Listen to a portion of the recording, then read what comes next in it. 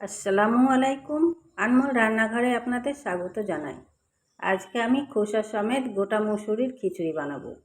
তার জন্য আমি নিয়ে নিয়েছি হাফ বাটি গোটা মুসুরি। যতটুকু মুসুরি নিব ততটুকুই নেব ভাতের চাল, যে চালের ভাত আমরা খাই সেই চাল। মুসুরিগুলোকে আমি সারা রাত্রি জলে ভিজিয়ে রেখেছিলাম। দেখুন মুসুরিগুলো কত সুন্দর ফুলে ফুলে গেছে। মুসুরিগুলোকে আমি ভালো করে ধুয়ে নিয়েছি, চালগুলোকেও ভালো করে ধুয়ে নিয়েছি। এবার একটি প্রেসার কুকার নেব এবং তার মধ্যে মুসুরিগুলোকে এবং চালগুলোকে দিয়ে দেব।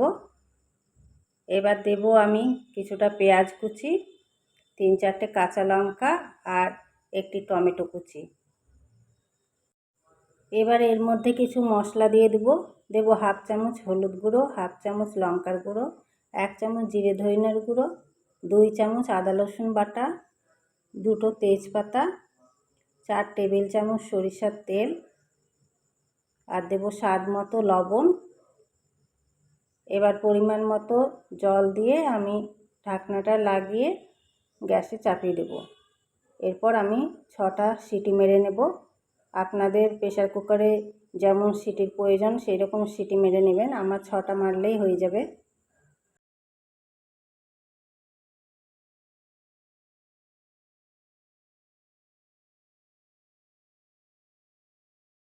এই খিচুড়িটা আমার খুব পছন্দের। আপনারা কেউ কোনোদিন খেয়েছেন কিনা জানি না, না খেয়ে থাকলে অবশ্যই একদিন খেয়ে দেখবেন, খুবই ভালো লাগবে।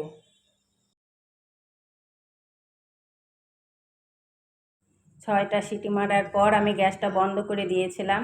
কিছুক্ষণ পর ঢাকনাটা খুলে আমি ঘি দিয়ে পরিবেশন করে নেব। গরম গরম এই খিচুড়িটা খেতে খুবই টেস্টি লাগে।